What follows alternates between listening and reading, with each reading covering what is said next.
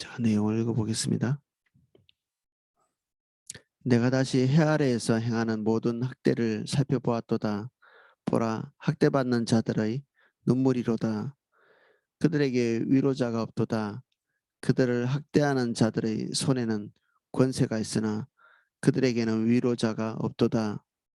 그러므로 나는 아직 살아있는 자들보다 죽은 지 오랜 죽은 자들이 더 복되다 하였으며 이 둘보다 아직 출생하지 아니하여 해 아래에서 행하는 악한 일을 보지 못하는 자가 더 복되다 하였노라.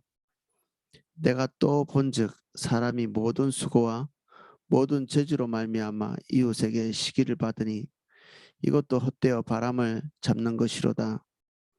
우매자는 팔짱을 끼고 있으면서 자기의 몸만 축내는도다. 두 손에 가득하고 수고하며 바람을 잡는 것보다 한 손에만 가득하고 평온함이 더 나으니라. 아멘. 1절입니다. 내가 다시 해 아래에서 행하는 모든 학대를 살펴보았도다. 보라, 학대받는 자들의 눈물이로다. 그들에게는 위로자가 없도다. 그들을 학대하는 자들의 손에는 권세가 있으나 그들에게는 위로자가 없도다. 그 양육강식이라는 말 있습니다. 강한 자가 약한 자를 먹는 동물의 세계처럼 동물의 세계가 사실 다 그렇지도 않습니다. 사람들이 그런 것들을 보고 인간 사회에 가져온 것이지, 동물의 세계라고 강자가 약자를 괴롭히기 위해서 행동하거나 그렇지는 않거든요. 자기 줄임배를 채우고 또 뭐 악한 것은 악하지만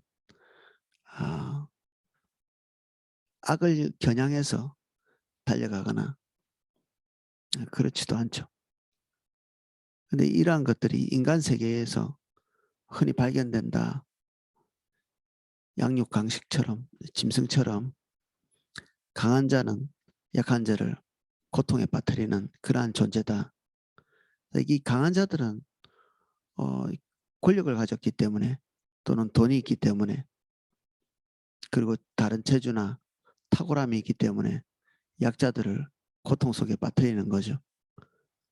우리가 앞에서 그런 노고를 통해서 손에 쥔 것들이 있는 그런 사람들이 가지고 있는 허무에 대해서 우리가 이렇게 조금 봤는데, 그런 것을 가지면서도 그 삶 자체로서 그냥 허무로 끝나는 게 아니라 그 위에서 악을 또 행하는 것이죠.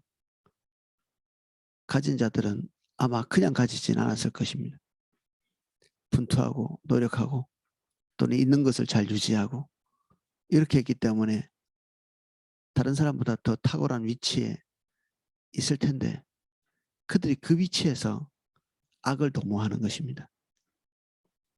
자본주의의 병폐, 어떤 자본이 한 사람에게 집중되어 있을 때 그 사람의 탐욕으로 말미암아서 노동자들이 자기들이 가져가야 될 기초적인 생활에 필요한 어떤 충분한 대가를 가져가지 못하는, 이게 초기 자본주의의 모습인데 이것을 보고 막스는 그들이 가졌기 때문이고 사회 시스템의 문제고 그들이 가지고 있는 그 소유, 그 생산 수단 이런 것들을 착취해서 다 공동 분배 그렇게 할 수밖에 없었죠. 그때는 그게 결정적인 문제였기 때문에 많이 고민했을 것입니다. 근데 이게 자본주의 문제가 아니라 인간의 문제인 거죠. 이 전도서가 말하고 있는 것은 사회 구조적인 문제다 이렇게 얘기하고 있지 않고 해 아래에 있는 모든 세계, 인간이 있는 활동하는 모든 곳에서 이 악이 벌어지고 있는, 여기서는 이런 것이 문제고 저기서는 저기서 문제이기 때문에 그러한 구조적인 것들을 해결해서 될 문제가 아니라 인간으로서 존재한다면 그 모든 곳에서 이런 종류의 악이 조금 더 가지고 조금 더 강한 자가 약한 자를 고통에 빠뜨리는, 착취하는, 그리고 그들 위해서 군림하는 이런 일이 있다고 얘기하고 있죠. 없다고 말할 수 없는, 자본주의를 두둔할 수도 없고 그 대체할 수 있을 것 같은 사회주의에 대해서 두둔할 수도 없는, 도무지 거기서 답을 찾을 수 없는 인간 본질에 대한 문제죠.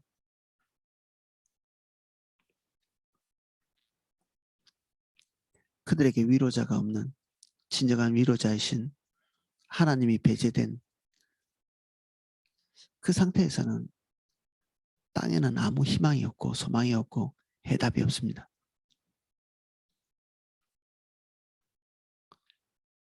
이것에 대해서 솔로몬은 좀 심각한 결론을 내리고 있습니다. 그러므로 나는 아직 살아있는 산자들보다 죽은 지 오랜 죽은 자들이 더 복되다 하였으며, 이 읽는 순간에 욥기서가 생각나지 않으시나요? 살아있는 것이 너무 고통스럽기 때문에 차라리 안 태어났으면 좋았겠다. 그리고 죽었으면 삶 자체에 대해 이게 선한 눈으로 바라보지 못하는,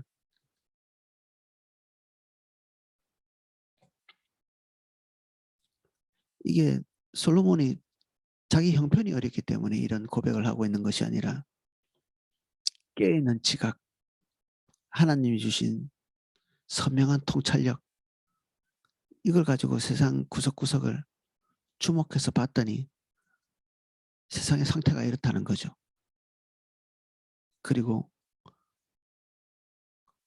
모든 인류의 그 지혜를 뛰어넘는, 그 지혜로서 그것을 보고 곰곰이 생각해 보니 안 태어나는 게 더 나았겠다. 안 태어나는 것이. 이게 자학적 고백이 아니라 지혜자의 고백입니다. 이게 미련한 자나 철이 없는 사람들이 고백하는 게 아니고 성숙한 통찰력을 가지고 있는 자가, 이 땅에 살아있는 사람보다는 그냥 옛날에 죽어있는 그 사람이 지금 현재의 고통을 보지 않고 있는 그들이 훨씬 더 행복하다. 더 좋은 것이라고 대안을 내세운 것이 3절입니다. 이 둘보다 아직 출생하지 아니하여 해 아래서 행하는 악한 일을 보지 못하는 자가 더 복되다 하였노라. 아예 태어나지 말았으면 이 꼴 저 꼴 안 볼 텐데, 이게 우리가 늘 하는 말이겠지만 솔로몬이 가지고 있는 지혜가 판단한 것입니다. 세상은 고쳐서 쓸 수 없을 만큼 망가져 있는, 개선의 여지가 없는, 좋게 보고 싶은데 좋게 볼 여지가 전혀 없는 그런 상태다.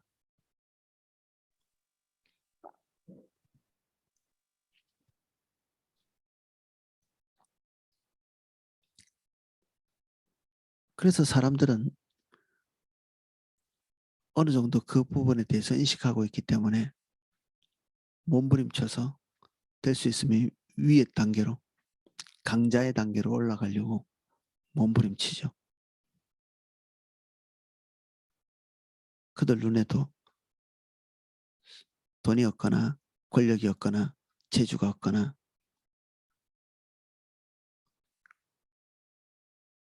그런 경우에 일어나는 비극에 대해서 보니까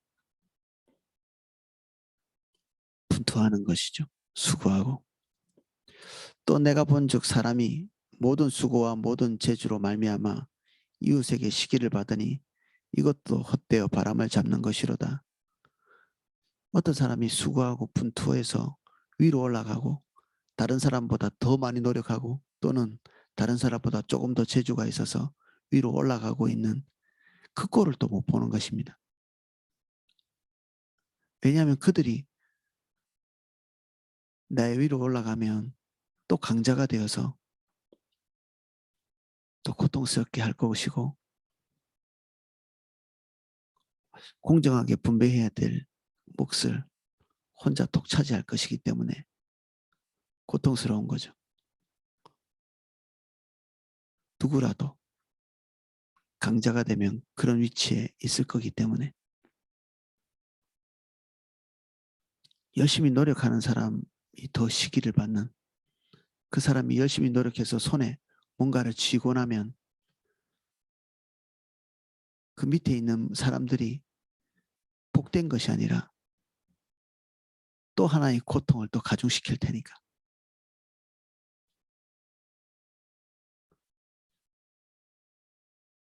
그러면 이것저것 다 하지 말아야 되나? 위로 올라가는 것 자체가 악을 도모하는 거니까 그냥 게으름 부리고 위로 올라가지 말아야 될 것인가?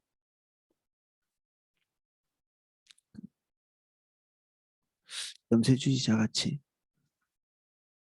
세상에 대해서 푸념하고 그냥 주저앉아 있을 건가? 5절은 또 다른 얘기를 하고 있습니다. 우매자, 미련한 자라는 얘기죠. 팔짱을 끼고 있으면서 자기의 몸만 축내는 도다. 이런 게 게으름이죠.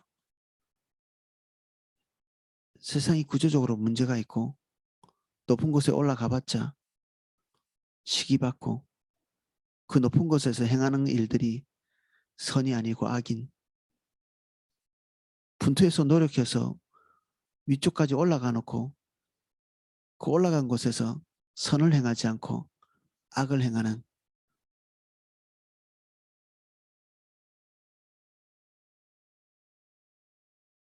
그래서 그 길로 가지 않겠다고 이게 팔짱을 끼고 앉아있는 이것에 대해서 솔로몬이 박수치고 있지 않죠. 자기 몸만 축내는 게으른, 육신을 사랑하는 것이거든요. 이게 게으른 것이.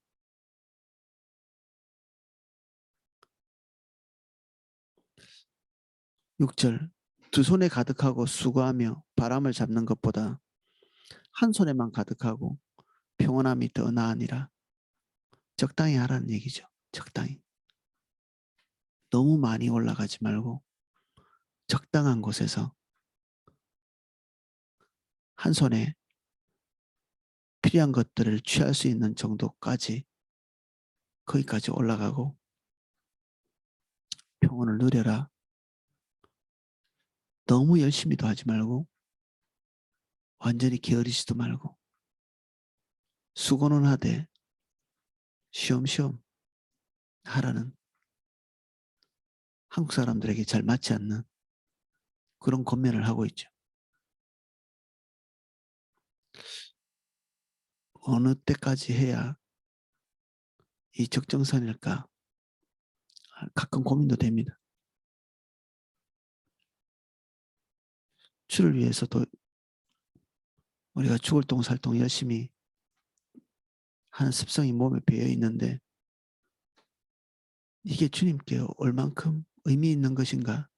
때로는 회의가 될 때가 있습니다. 도대체 얼마나 열심히 해야 하나님께서 기뻐하실까? 얼마나 열심히 해야?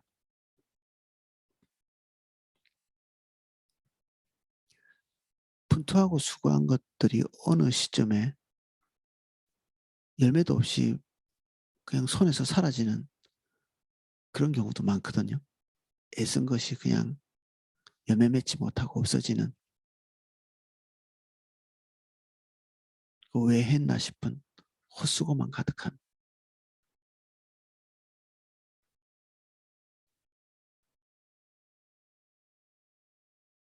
솔로몬 자신은 가지고 있는 재주가 많아서 분투하고 사람들이 올라갈 수 있는 그 꼭대기에서 이렇게 아래를 통찰하면서 바라보니까 가장 적정한 곳에서 그냥 적정한 필요를 채우면서 있는 것이 가장 좋더라.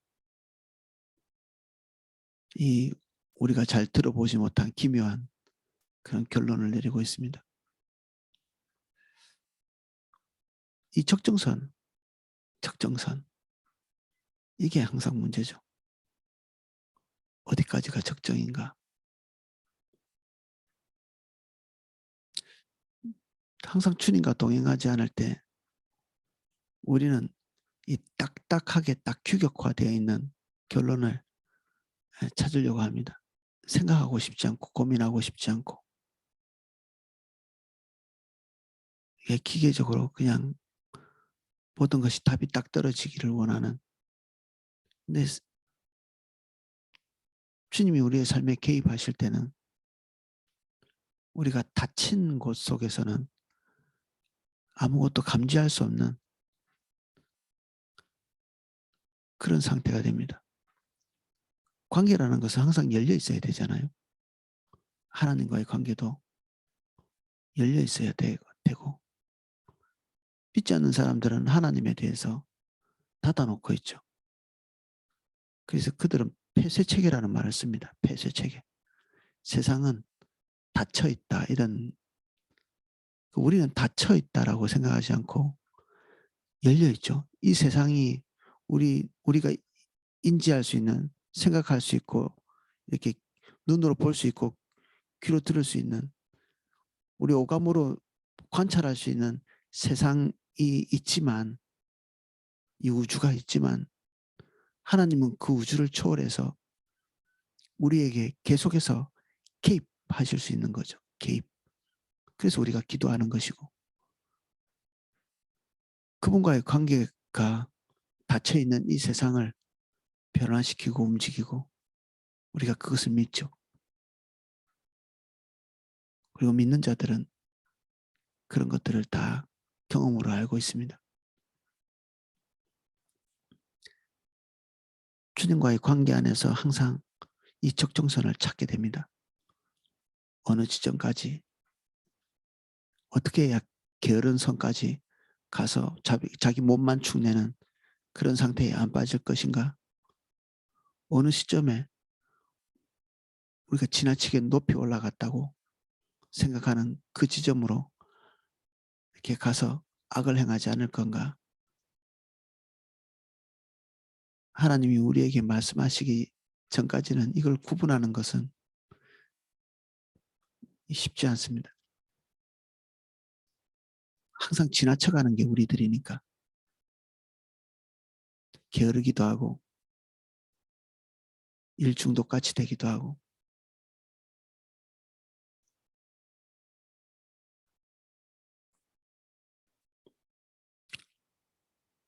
평온에 대한 갈망이 있습니다. 솔로몬이 이 평온이 우리에게 사인을 주죠. 적당한 곳에 있다고. 오늘 하나님께서 저와 여러분에게 평온을 주시기를 예수 그리스도 이름으로 축복합니다. 안식하는 마음, 평온. 이게 뭐 관계 속에서 생산되는 거고 주님이 주셔야 되는 것이고 그분과의 관계 안에서 우리에게 평온이 부어지고 있으면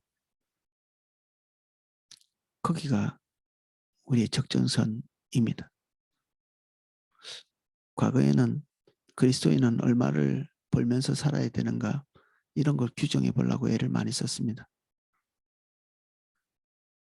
평온이 있는 곳, 주님과의 관계 안에서 놓치지 않는 평온,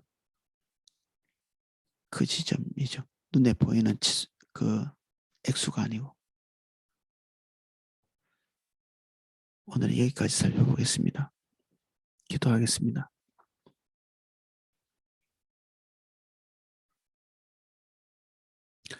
많이 가진 자에게 많이 요구한다고 말씀하십니다.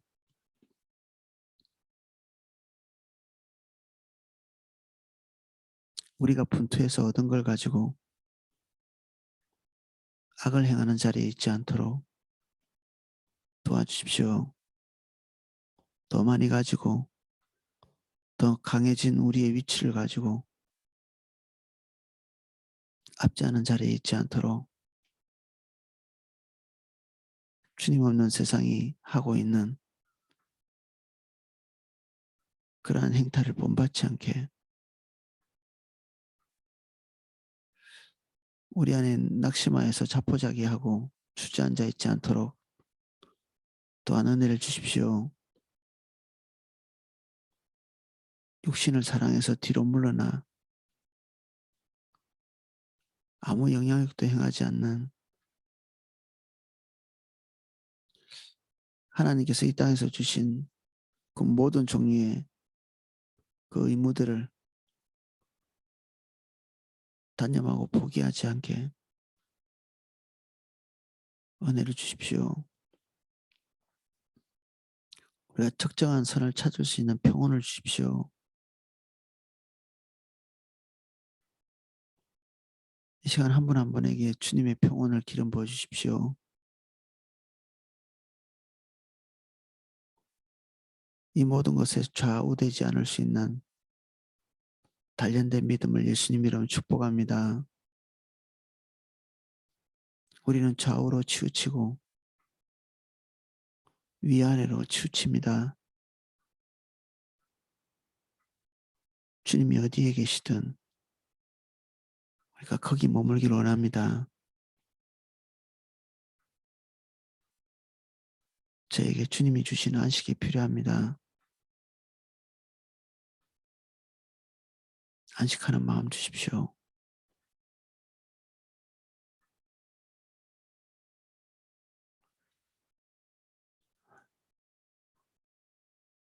예수님 이름으로 기도합니다. 아멘.